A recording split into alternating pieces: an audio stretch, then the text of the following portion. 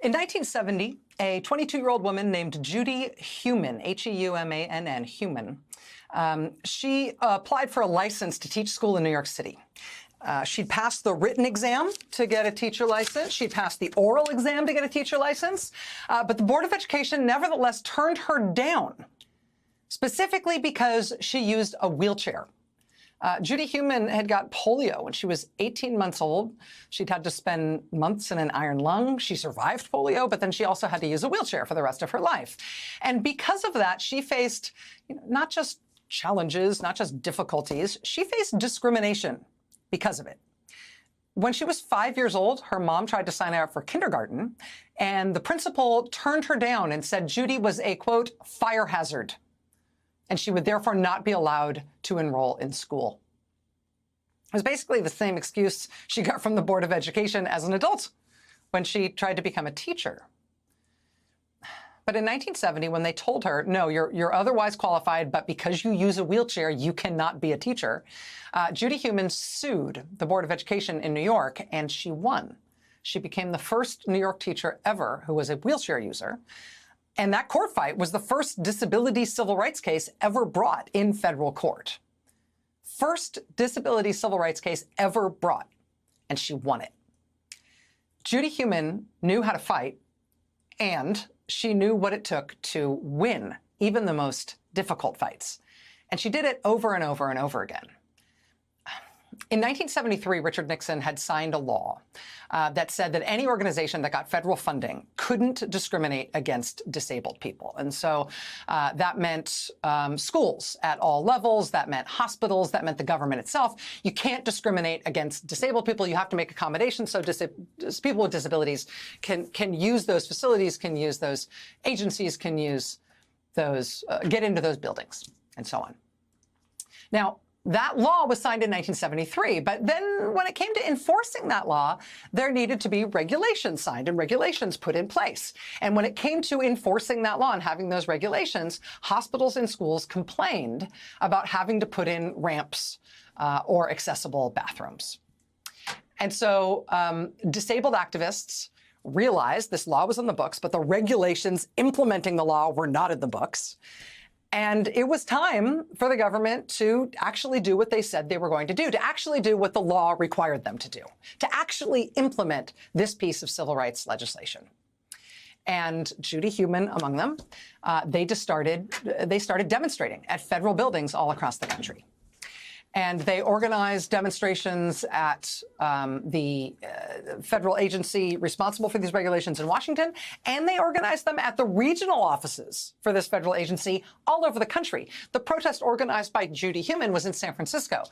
And that actually ended up being the biggest and longest peaceful occupation of a U.S. federal building in U.S. history. More than 100 disabled activists stayed there for 4 weeks straight.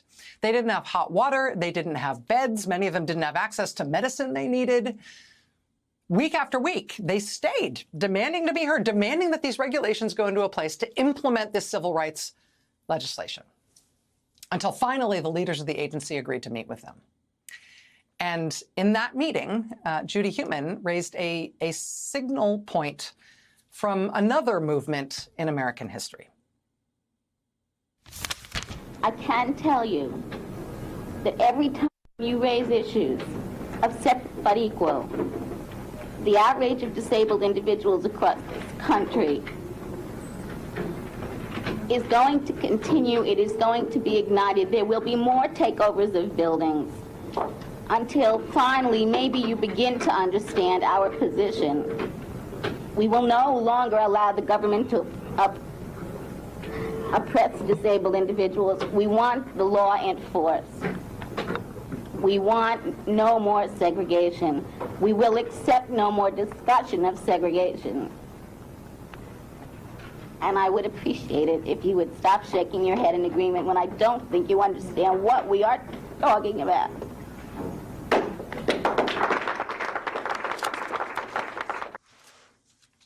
Judy Heumann taught the world what she and her fellow activists were talking about. Their willingness to show up and stay there, it worked. I said she knew how to win fights.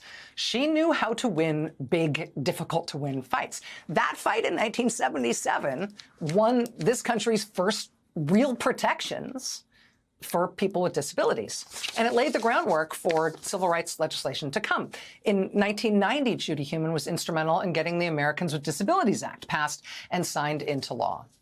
The Rehabilitation Act that Nixon had signed back in '73, that was about schools and hospitals and the government itself. The ADA, the Americans with Disabilities Act, also extended those same civil rights protections to private entities, to anybody who had a sort of public accommodation. People with disabilities need to be able to access the things that other citizens can access, and reasonable accommodation for their needs so they can do so is a matter of civil rights.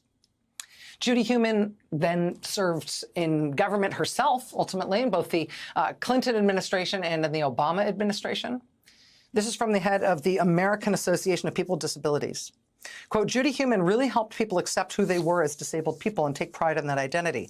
She helped so many people understand their own power as disabled people. More simply, as Judy Heumann put it in her own memoir, some people say that what I did changed the world. But really, I simply refused to accept what I was told about who I could be.